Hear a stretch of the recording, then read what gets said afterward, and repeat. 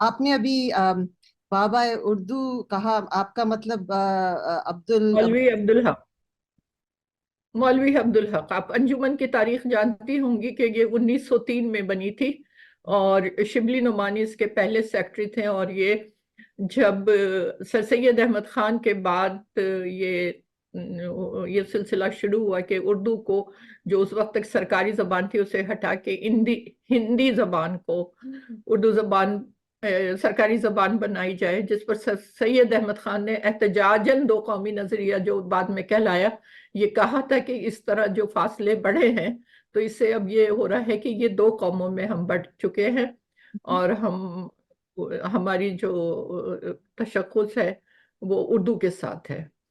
تو پھر انجمن، ان کے انتقال کے بعد ان کے جو ساتھی تھے انہوں نے انجمن ترقی اردو قائم کی، اور یہ 1903 میں قائم ہوئی. لیکن اس کو بہت مستحکم اس وقت ہوئی جب بابا اردو نے اس کے سیکرٹری کے طور پہ، معتمد کے طور پہ اس کا سنبھالا، اور وہ اسے لے کے اورنگ آباد چلے گئے، جہاں عثمانیہ یونیورسٹی کا دارالترجمہ تھا، جس کے وہ بابا اردو ناظم منتظم اعلیٰ تھے.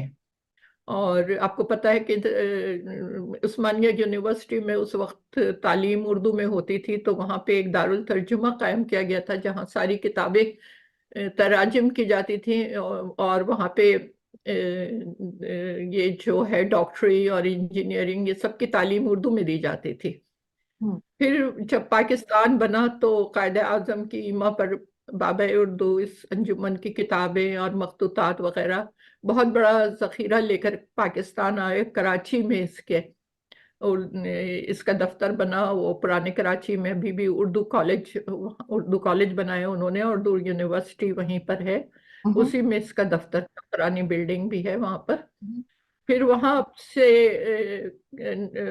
اس کا دفتر گلشن اقبال میں ایک بہت عرصے کے بعد گلشن اقبال میں ایک بلڈنگ خریدی گئی، ایک بنگلہ تھا جس میں شفٹ کیا گیا.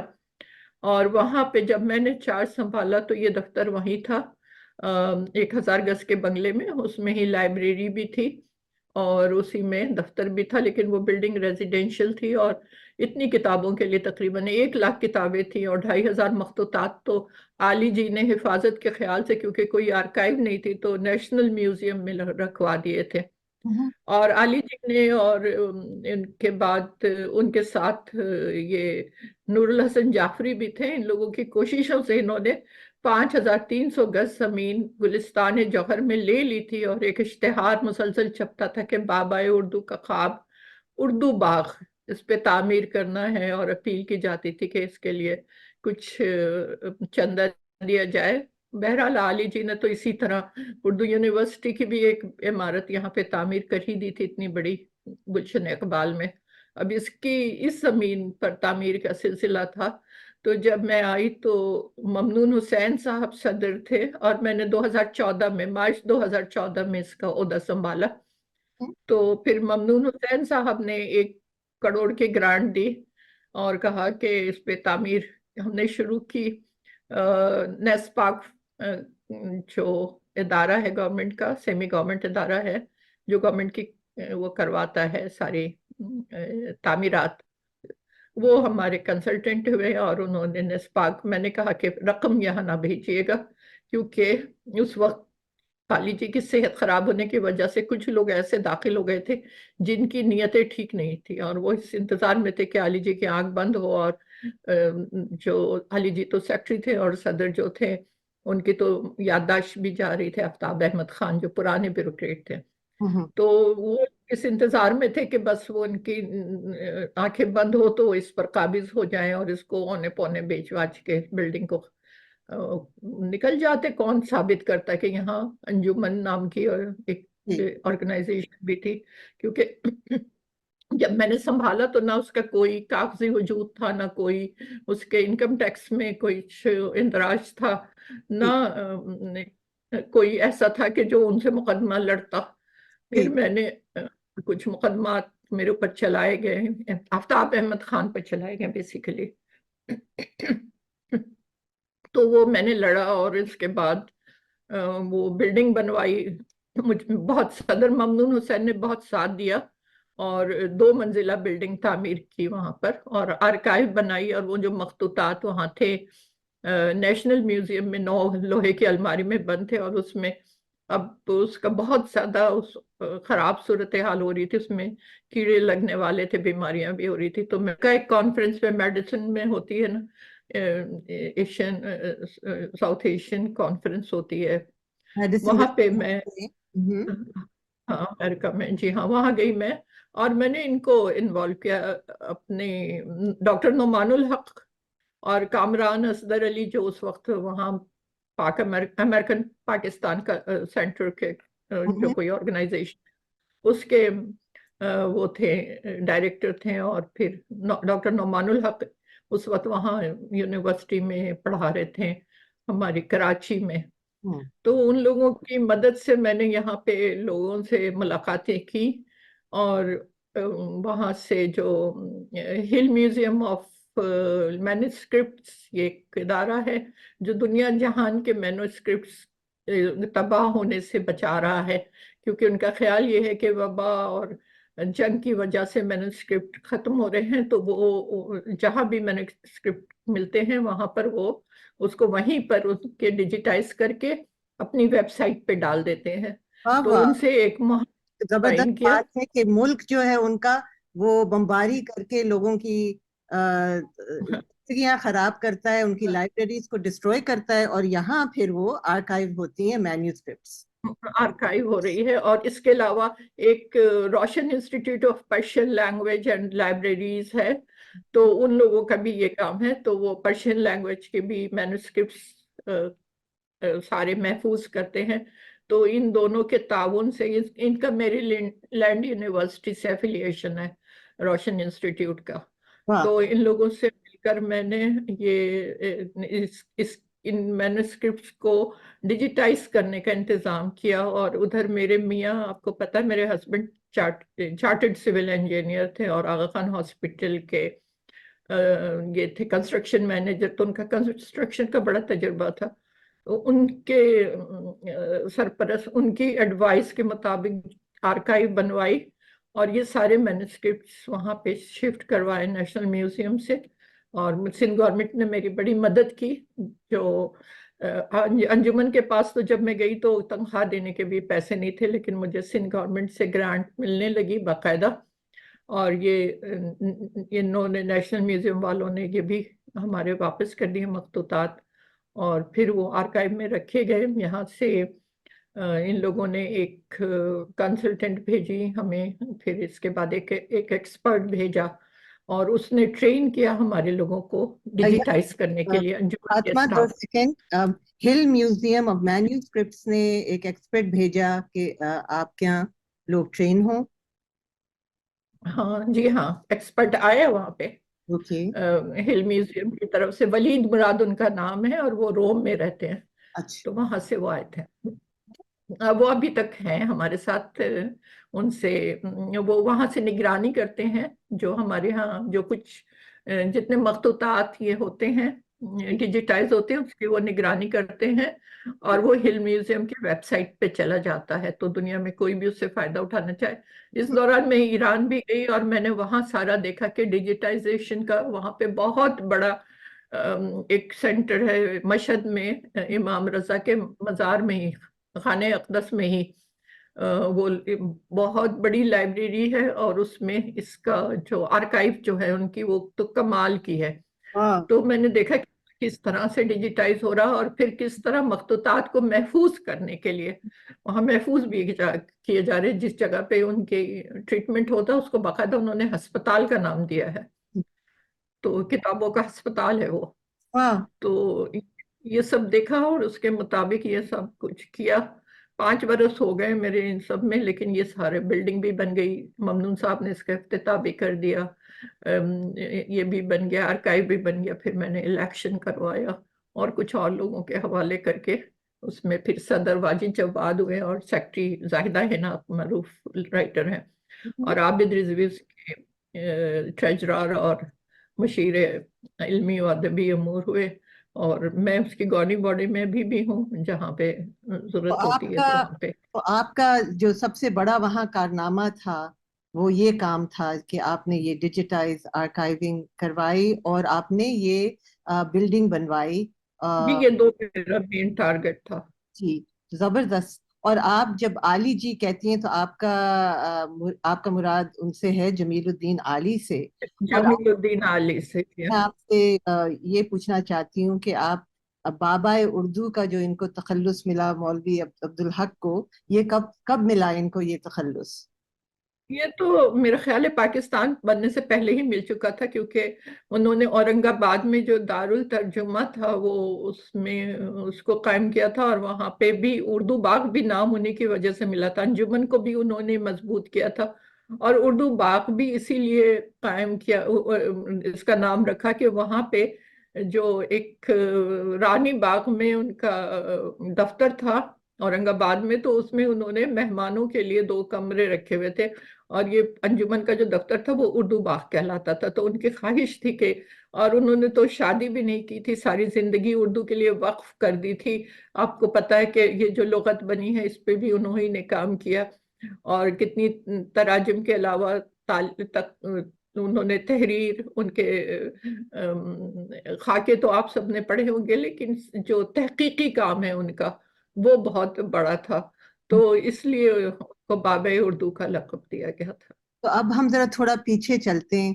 آپ نے بتایا کہ آپ ڈھاکہ میں رہیں اور وہاں اسکولنگ بھی آپ کی وہاں ہی ہوئی. تو کیا آپ خود بنگالی ہیں کیا؟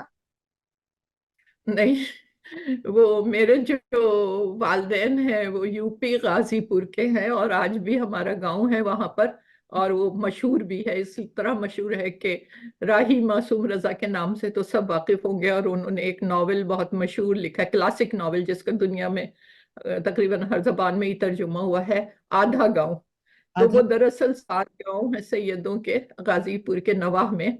تو اس میں سے ایک گاؤں کامو پور کے میرے والدین، میری والدہ بھی اور میرے والد بھی وہیں کے تھے. البتہ میرے نانا جو تھے وہ وہاں سے ہجرت کر کے ویسٹ بنگال چلے گئے تھے، اور ہلی ایک جگہ ہے بارڈر پہ ہے، جو بنگلہ دیش اور پاکستان کا بارڈر ہے وہاں پر. تو وہاں وہ چمڑے کے کاروبار میں ان کا کرتے تھے، اور وہاں انہوں نے اسکول، کالجز، ہاسٹلز وغیرہ بنائے تھے. آج بھی ان کے نام کا ہاسٹل وہاں پر ہے، میرے بڑے ماموں کے نام کا بھی ہے. تو بڑے ماموں نے کلکتے سے، سارے میرے 6 ماموں تھے، تو میرے ماموں نے وہاں سے کلکتے اور ڈھاکہ سے تعلیم حاصل کی تھی. اور بڑے ماموں سول سروس میں تھے جب پاکستان بنا تھا، مجھلے ماموں بھی سول سروس میں تھے. امی کی شادی نہیں ہوئی تھی، وہ اپنے بھائیوں کے ساتھ تھی. نانا وہیں رہ گئے تھے دلی میں.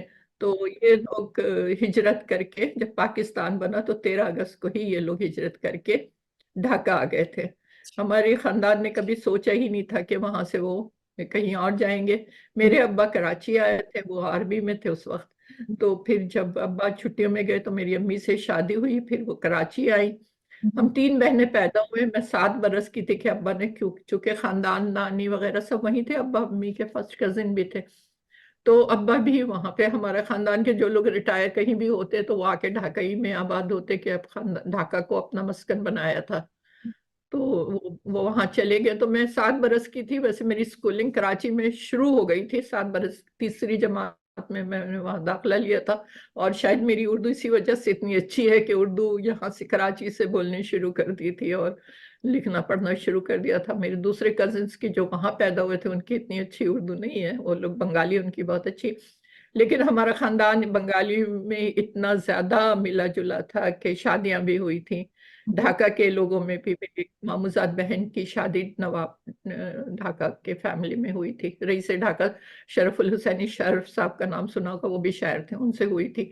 پھر میری ایک ممانی جو جسٹس ابراہیم، جو لا منسٹر تھے، جنہوں نے ایوب خان، جب وہ ایوب خان نے کانسٹیٹیوشن، وہ دستور بنایا تھا، ایسے دستور کو صبح بے نور کو میں نہیں مانتا، تو سب سے پہلے جسٹس ابراہیم نے، جو اس وقت لا منسٹر تھے اور بنگالی تھے، اور میری پمانی کے والد، انہوں نے ہی اس پر احتجاج کیا تھا اور اپنے تحفظات لکھ کر بھیج دیے تھے، جو اب ان کی ڈائری میں چھپ گئے. وہ ڈائری میرے پاس موجود ہے، وہ کتاب.